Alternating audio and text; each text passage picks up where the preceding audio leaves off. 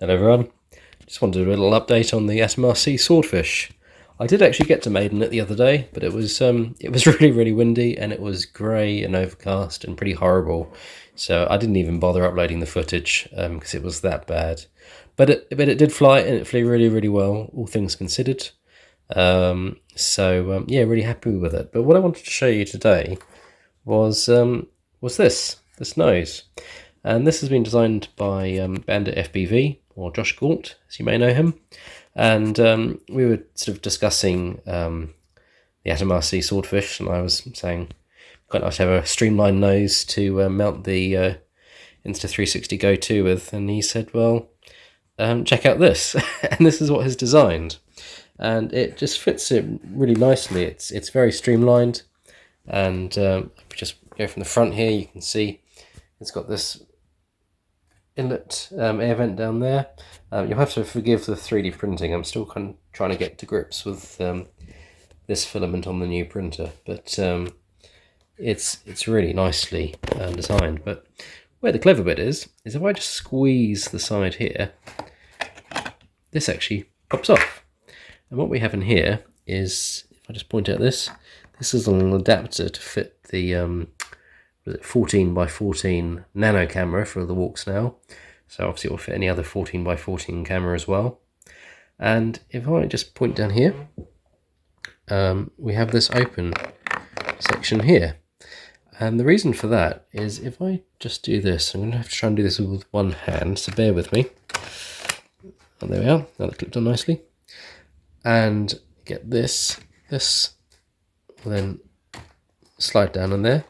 It slides in nice and firmly, and we now have streamlined mounting right on the nose for the Insta360 GO2. If I just come across to the side there, you can see actually overall it doesn't stick up much at all, and it also means that the nose isn't in view.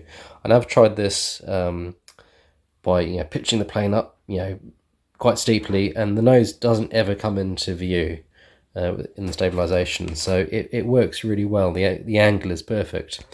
So it's a very clever little design. And the other thing I was just going to show you is if I just take this off again and just point you down here, what it's also done very cleverly is there's a little cutout here, so it directs a portion of the cooling air that's going through there up towards the GO2, so the GO2 is actually cooled as well from underneath, as well as the bit that's in the airflow.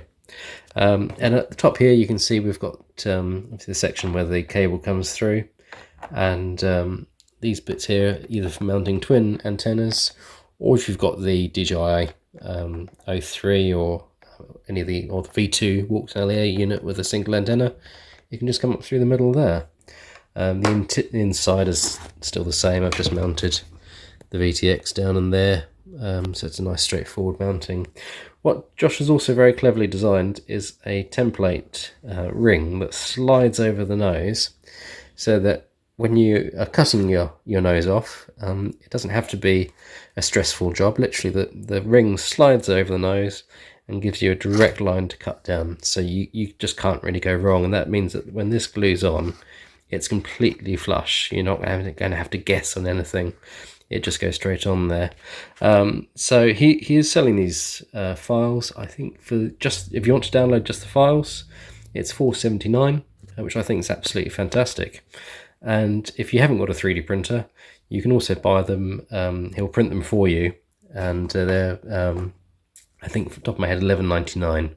So if you haven't got a printer but you want the nose, you can still do so.